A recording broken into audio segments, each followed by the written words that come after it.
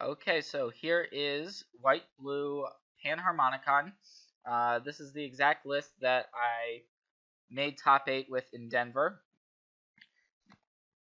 The mana base is the same. It is primarily white and blue sources with an emphasis on white, so you see more plains than islands.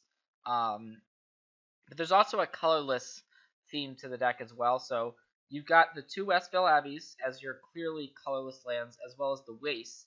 And the key about the Waste is that there's 4 Evolving Wilds and a Pilgrim's Eye, so you can search for the Waste easily. So you can find that colorless source. There's essentially 8 colorless sources in the deck, if you account for the Pilgrim's Eye, and not including Drowner of Hope, which makes spawns, and you can use the spawns for a colorless source if you need to. So a lot of 4-ofs here. The deck's fairly redundant. You'll see a lot of cards that work well with Panharmonicon. So Thraben Inspector, the enter the battlefield clue trigger. It can crew a copter. It's also a 1-drop, so it's just a nice early play. It helps you set up for the later turns, just drawing cards. And this deck loves to just draw cards and outdraw the opponent. Glintnest Crane, similarly, it's a card advantage engine. So there's 13 artifacts in the deck for game 1, and you can search for a copter, a Panharmonicon, a flagship, a Pilgrim's Eye. It's a flexible card. Sometimes you do brick off of it, but actually a 2-mana 1/3 flyer, it's not the worst in a lot of situations. We see a lot of aggressive decks playing cards like Inventor's Apprentice or what have you, where the 1/3 is actually kind of a brick wall, and once again, like Thraben Inspector, it crews a Smuggler's Copter quite nicely. So at 3, we've got the Pilgrim's Eye. There's 4 copies of Reflector Mage, so that should be no surprise. You get a double bounce with 1 Panharmonicon in play. And it's just a good card. It helps you stabilize if you're falling a little bit behind. 2 copies of Stasis Snare. So this is basically the only hard removal spell in the list. And it is quite good right now. It's a nice answer to Emrakul, Archangel Avacyn. So there's definitely a reason why Stasis Snare made the cut here rather than a different removal spell. And so while it doesn't actually work with the Panharmonicon creature plan, it is important to have some way to deal with your opponent's creatures. So there's also 3 Eldrazi Displacer. Similarly, they can deal with opponent's creatures if you want them to.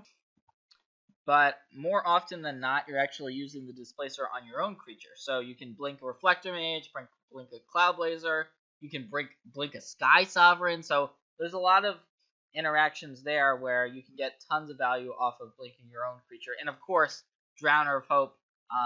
The infinite combo is Eldrazi Displacer, Drowner of Hope, Panharmonicon, and then you can make infinite dudes with those 3 cards in play by blinking your Drowner, and then you can draw your deck with either sacrificing clues or blinking Cloudblazer, and then you can mill your opponent out. So there's 1 copy of Thought-Knot Seer, and you can just deck your opponent with infinite mana and just blinking the Thought-Knot Seer. So that's a little bit of an interesting interaction that doesn't come up that often. There's, of course, 4 Panharmonicons in the deck. So just gaining tons of value. Sometimes you do board them out because they're a little bit slow, and you can find them off Glintnest Crane, but against the slower matchups, like when you're playing as Black-Green Delirium and you just play a single Panharmonicon, they basically can't do anything. So pretty great card. 4 Cloudblazer works great when you go Panharmonicon into Cloudblazer. Sky Sovereign is also another 5 mana threat. You can crew it pretty easily, but a lot of times it's just, alright, deal 3, 3, and 3, or you can kill a Planeswalker with it. And so Planeswalkers are kind of hard to deal with, so being able to target them is nice. And then 2 copies of Drowner. So that's the main deck. The sideboard, there's a lot of moving pieces. So Fragmentize is one of my favorite cards in the sideboard. It is so flexible. There's so many matchups where you want it.